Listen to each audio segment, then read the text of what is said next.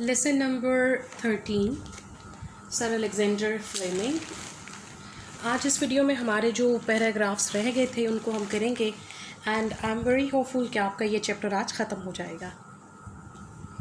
The Oxford team included trained chemists as well as bacteriologists and had all the equipment that Fleming had lacked.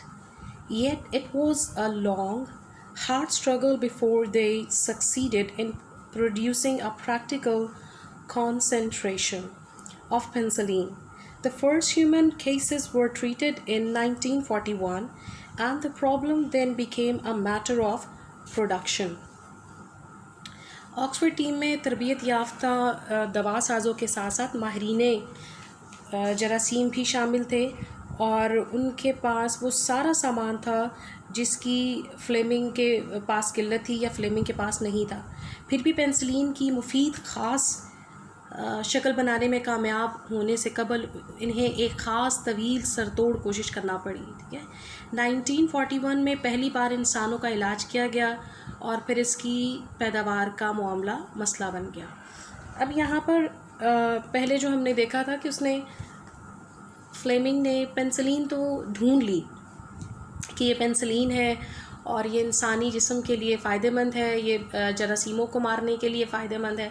लेकिन क्या ऐसा मुमकिन था कि direct किसी भी बंदे को फफूंदी खिला दी जाए? क्योंकि जो फफूंदी है उसी को उसने पेनिसिलिन का नाम दिया है ना। तो फफूंदी तो कोई भी नहीं खाएगा और उसको डायरेक्ट खिलाना भी नुकसानदेह है। तो अब यहाँ पर जो मसला दरपेश है वो ये है कि किस तरह से पेनिसिलिन जो है वो एक दवाई की सूरत में आ जाए, टैबलेट्स की सूरत में आ जाए या सिरप की सूरत में आ जाए, कोई ऐसी सूरत हाल हो कि वो मेडिसिन फॉर्म में आ जाए। अब ये जो है ये एक अच्छा खासा मसला है। जरा जो दवाइयाँ बनाने वाले लोग हैं वो अलग हैं, ठीक है, वो केमिस्ट हैं और वो ही लोग बेहतर तौर पे इस चीज़ को डील कर सकते हैं और मेडिसिन बना सकते हैं। सो उसके लिए फ्लेमिंग के पास जो है वो काफ़ी मटेरियल या सामान नहीं है, ठीक है ना। अब अगर कोई शख्स कपड़े सिलाई करना चाहता है और उसके पास मशीन नहीं है तो कपड़े तो फिर नहीं सिलाई हो सकते ना, चाहे उसको कटिंग आती हो चाहे उसको सिलाई आती हो। तो यहाँ पर काफ़ी प्रॉब्लम है।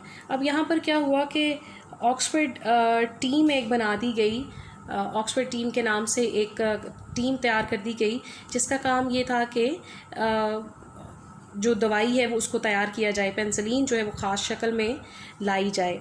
अब इसमें एक्सपर्ट किस्म के, ट्रेन किस्म के केमिस्ट हैं, यानी दवाइयाँ बनाने वाले लोग हैं जो दवाइयाँ बनाते हैं, और उसके अलावा बैक्टीरियोलॉजिस्ट हैं, यानी जो जरासीमों के साथ डील करते हैं। तो दो तरह के यहाँ पर एक्सपर्ट्स हैं जो मिलकर दवाई को बनाने की कोशिश कर रहे हैं।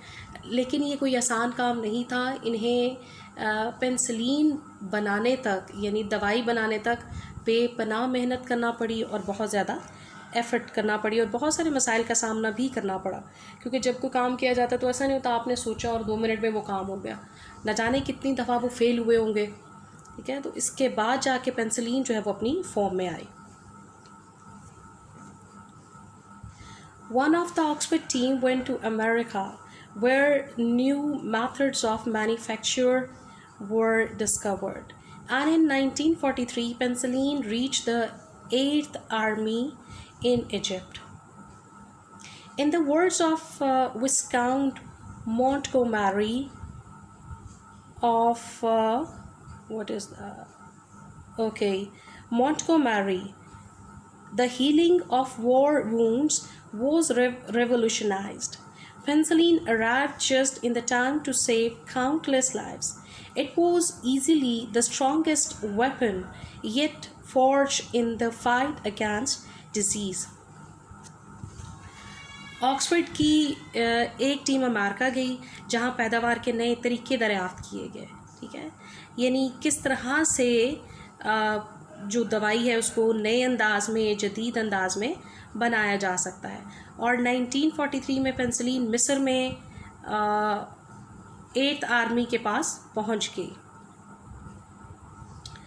यहाँ पर जनाब विस्काउंट मोंटगोमेरी के अल्फाज में, ठीक है, जंग के ज़ख्मों के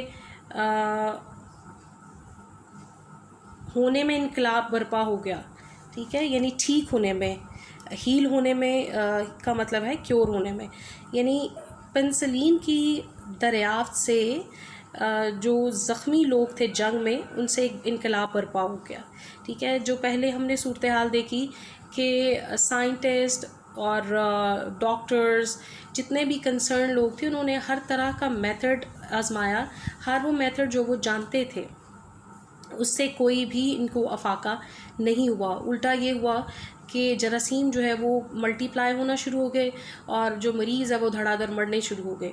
सो पेंसिलिन ने एक इनकलाब बर्पा कर दिया, इससे काफ़ी बेहतरी आई। पेंसिलिन बेशुमार ज़िंदगियों को बचाने के लिए बर वक्त पहुँच गई। बिलाशुबा ये बीमारी के ख़िलाफ़ लड़ाई में अब तक बनाया जाने वाला ताकतवर तरीन हथियार था, ठीक है। सूरत हाल मैंने आपको बताई। अगर हम चैप्टर को पीछे से देखें तो किस तरह से लोग धड़ाधड़ मर रहे हैं और बुरी हालत है, ज़ख्मों को डील करना मुश्किल है। तो यहाँ पर बेपनाह लोग जिन पे पेंसिलिन आजमाएगी, उनको पेंसिलिन इस्तेमाल करवाएगी, उनकी ज़िंदगियाँ बच गई और इस वक्त ये एक हथियार बन चुका है बीमारी के ख़िलाफ़।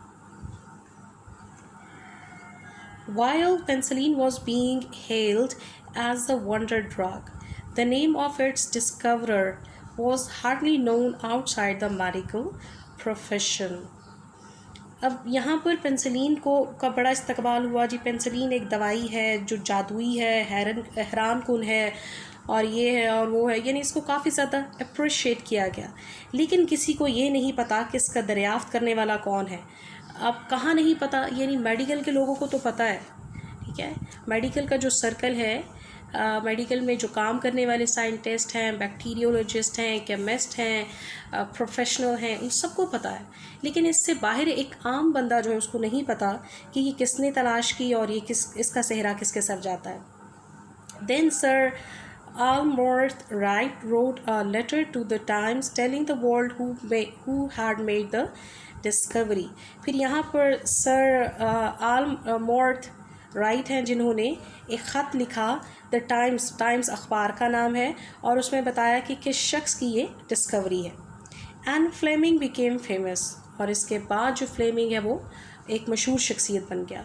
He was नाइटेड in 1944 and awarded the Nobel Prize for Medicine in 1945. 1944 में फ्लेमिंग को सर का खिताब दिया गया, ठीक है, इज़्ज़त के तौर पे, और इसके बाद जो है 1945 में नोबेल प्राइज़ ऑफ मेडिसिन उसको दिया गया। Governments and universities all over the world showed him with honor. Governments ने, डिफरेंट गवर्नमेंट्स जो थी कंट्रीज़ की, और यूनिवर्सिटीज़ ने जो है वो बहुत ज़्यादा एहतराम निछावर किया फ्लेमिंग पे। He had to travel widely, अब उसे दूर दराज जो है वो सफ़र करना पड़ता था और उसको बुलाया जाता था ताकि उसको ऑनर किया जाए। Attend functions, make speeches, received thanks, often personal expressions of gratitude from people who owed their lives to his discovery. अब जहाँ भी वो जाता तो वहाँ पे वो बड़े बड़े फंक्शंस अटेंड करता, तकरीरें करता, ठीक है, लोगों से शुक्रिया वसूल करता। बहुत सारे लोग ज़ाती तौर पर उसके पास आते और शुक्रिया करते, क्योंकि वो कहते कि हमारी ज़िंदगी आपकी बदौलत बच गई है। सो ये इनके लिए एक मसीहा था। In Italy, once at a medical gathering, an unknown man in shirt sleeves pushed himself and his 3 children forward to reach Fleming. अब इटली में जब ये गया तो एक मर्तबा यूँ हुआ कि एक अनजान शख्स उसकी तरफ अपने बच्चों समेत आया और उसने अपने आप को धकेलते हुए फ्लेमिंग के करीब ले गया। If these children are alive, he said, they owe it to you. अगर ये बच्चे आज ज़िंदा हैं तो इसका जो क्रेडिट है वो आपको जाता है, फ्लेमिंग को जाता है। Then pointing to Fleming, he told his children, never forget to ask thank in your prayers to bless this man. फिर उसने अपने फ्लेमिंग की तरफ इशारा करते हुए अपने बच्चों से कहा कि जब भी आप लोग दुआ करें तो इस शख्स के लिए आप रहमत और बरकत मांगें, क्योंकि ये इसी की बदौलत आज आप लोग ज़िंदा हैं. But Fleming protested that such gratitude was not due to him. Everything I go, people thank me for saving their lives. He said, I don't know why they do it. I don't do anything. I didn't do anything. Nature makes penicillin. I just found it. It was not just modesty that made him say this. It was a restatement of his belief in the healing power of nature. जब लोग उसका आके शुक्रिया अदा करते तो वो इस चीज़ पे एहतजाज करता और कहता कि ये मेरा कमाल नहीं है. ठीक है, पेंसिलिन तो पहले से ही कुदरत ने बना रखी थी, पहले से ही नेचर में मौजूद थी, इसने सिर्फ उसे दरियाफ्त किया है. अब ये चीज़ इसकी मोडेस्टी को, इसके आजज़ाना रवैये को नहीं शो करती, बल्कि ये इसके इस यकीन को या इस एतमाद को शो करती है. और ये इसका इत्तेकाद है कि नेचर में इलाज करने की सलाहियत मौजूद होती है, यानी नेचर जो है वो हीलिंग पावर रखती है. He protested vigorously against the idea that penicillin was a man-made invention. I have been accused of inventing penicillin, but no man could have done that. Nature, in the form of a lowly vegetable, has been making it for thousands of years. I only discovered it, and always he insisted that he discovered it by chance. अब ये बड़े ज़ोर और शोर से इस बात का एहतजाज करता कि जो पेंसिलिन है वो इंसान ने दरियाफ़्त की है. बिल्कुल उसको मेडिसन की जो फॉर्म है वो इंसान ने दी है, लेकिन ऐसा नहीं कि उसने फफूंदी बना दी है. ये तो कुदरत का काम है, ये तो खुदा के करिश्मे हैं कि जो पेंसिलिन है वो ख़ुद से बनी है. लेकिन इस शख्स का ये कमाल है कि इसने इसको दरियाफ़्त किया. अब दूसरी बात ये भी कहता है कि भाई मुझे बाय चांस मिल गई, मैंने कोई उसके लिए बहुत तकोदो नहीं की. इसके बाद वाली जो स्टेज उस पर तकोदो थी, मेहनत थी, जदोजहद थी, लेकिन यहाँ तक जो है इसका कोई कमाल नहीं है, according to Fleming. The Americans visited the laboratory and were amazed. One said it was like the back room of an old-fashioned drugstore. He found it hard to believe that penicillin could have been discovered there. Fleming laughed. Where he was shown over the last word in research laboratories, a gleaming, dustless, air-conditioned, sterilized sanctum, he shocked his host by saying, "Wonderful, but penicillin could have been discovered in a lab like this." अब American एक team थी जिन्होंने इसकी laboratory का visit किया, तो वहाँ जाकर वो हैरान रह गए कि लग नहीं रहा था कि ये लेबोरेटरी है, बल्कि लगता है कि दवाइयों वाली शॉप है और उसका ये पीछे वाला कमरा जहाँ दवाइयाँ रखी जाती हैं, क्योंकि ये इतना ज़्यादा एयर कंडीशन, साफ़ सुथरा या कह लीजिए मॉडर्न किस्म का नहीं था. ठीक है, सो उनको बड़ी हैरानी थी कि यहाँ पर ये हुआ. अब इनकी हैरानी में इजाफा करते हुए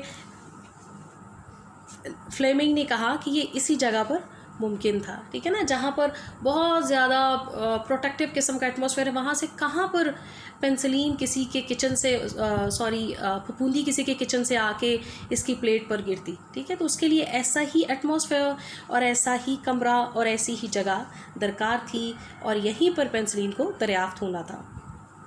When they saw the point, they could not deny it. ठीक है, जब उन्हें असल बात समझ में आ गई तो वो इसका इनकार नहीं कर सकते थे कि वाकई ऐसी ही जगह दरकार थी. Their culture plates were never contaminated, for the air was too pure. There was no weight in the spores of a common mold. अब उन्होंने इस बात का इनकार नहीं कर सकते थे कि वाकई जितनी उनका जो कल्चर प्लेट्स हैं वो प्रोटेक्टेड होती हैं और किसी किस्म की गंदगी जो है उन पे आने की बिल्कुल कोई पॉसिबिलिटी नहीं है. तो कैसे कोई फफूंदी का एक बीज उस पर आके इन पे गिरता और फिर इससे वो ऑब्ज़र्व करता कि किस तरह से जरासीम मर रहे हैं और फिर पेंसिलिन दरियाफ्त होती. तो ये जो माहौल था, यही दरकार था, यही इसके लिए मुनासिब था. Fleming's achievement was not only the discovery of penicillin. As the Surgeon General of the United States Forces said, Fleming, like Pasteur, he opened up a whole new world of science.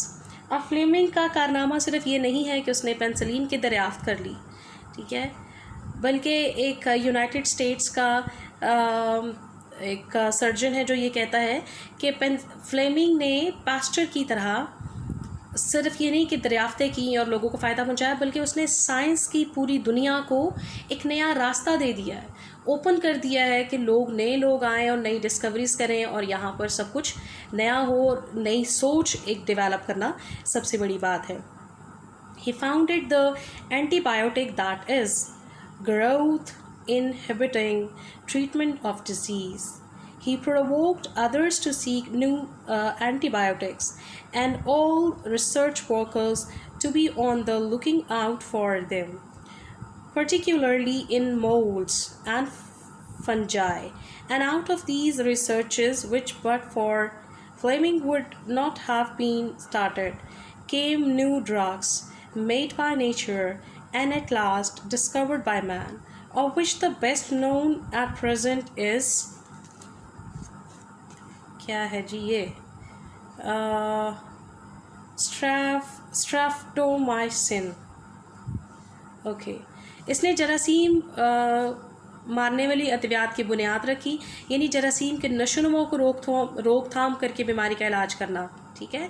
इसने दूसरों को नई जरासीम कुछ अद्वियात तलाश करने और तमाम तहकीक करने वालों को इनकी तलाश में लगे रहने पर उकसाया, ख़ास तौर पर फफूंदी और फंगस में तलाश करने पर उकसाया और इन्हें तहकीकी कामों जो फ्लेमिंग के बग़ैर शुरू ना हो पाते में फितरत की बुनियाद डाली, ठीक है. और बिलाखिर इंसान की दरियाफ्त करता कई दवाइयाँ मंजर आम पर आना शुरू हो गई.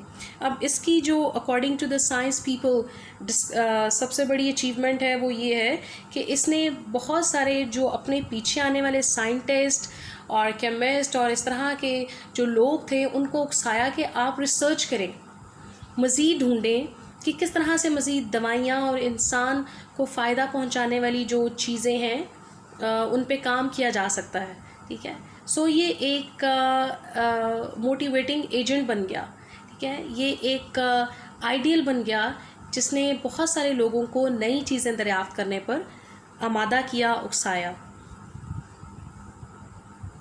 Fleming himself regarded this as the most important result of his work.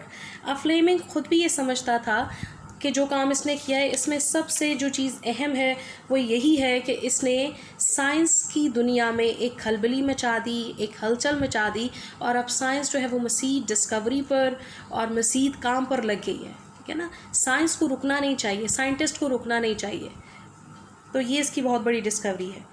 Even before penicillin was in general use, he said, the greatest benefit penicillin has conferred is not to the drug itself, but the fact that its discovery has stimulated new research to find something better.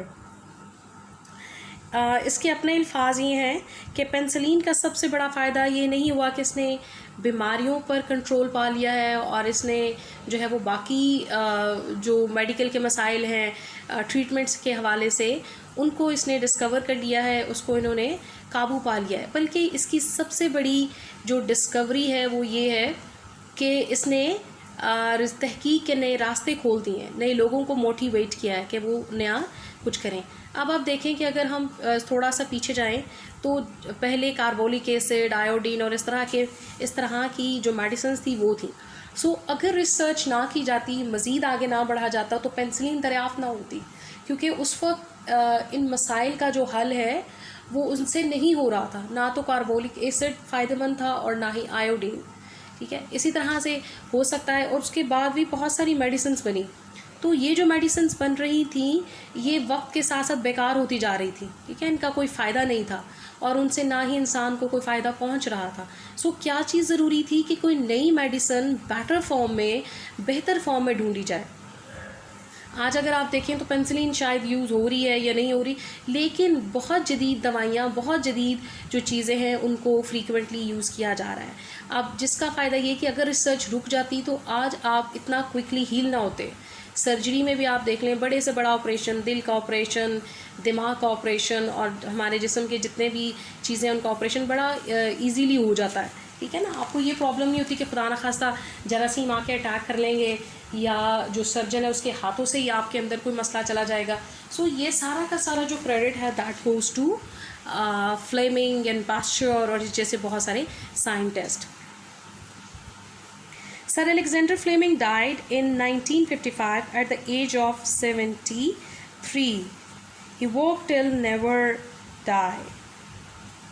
Sir Alexander Fleming जो है वो 1955 में 73 की as में फौत हुए। अब बंदा तो मर गया है लेकिन इसका काम कभी भी नहीं मरेगा। ये जितने भी साइंटिस्ट हैं, जितने भी केमिस्ट हैं, जिन लोगों ने इंसान की ज़िंदगी को आसान बनाने के लिए और बचाने के लिए काम किया, इन लोगों का हमारी ज़िंदगियों पर बहुत एहसान है। Thank you very much. आपका चैप्टर ख़त्म हो चुका।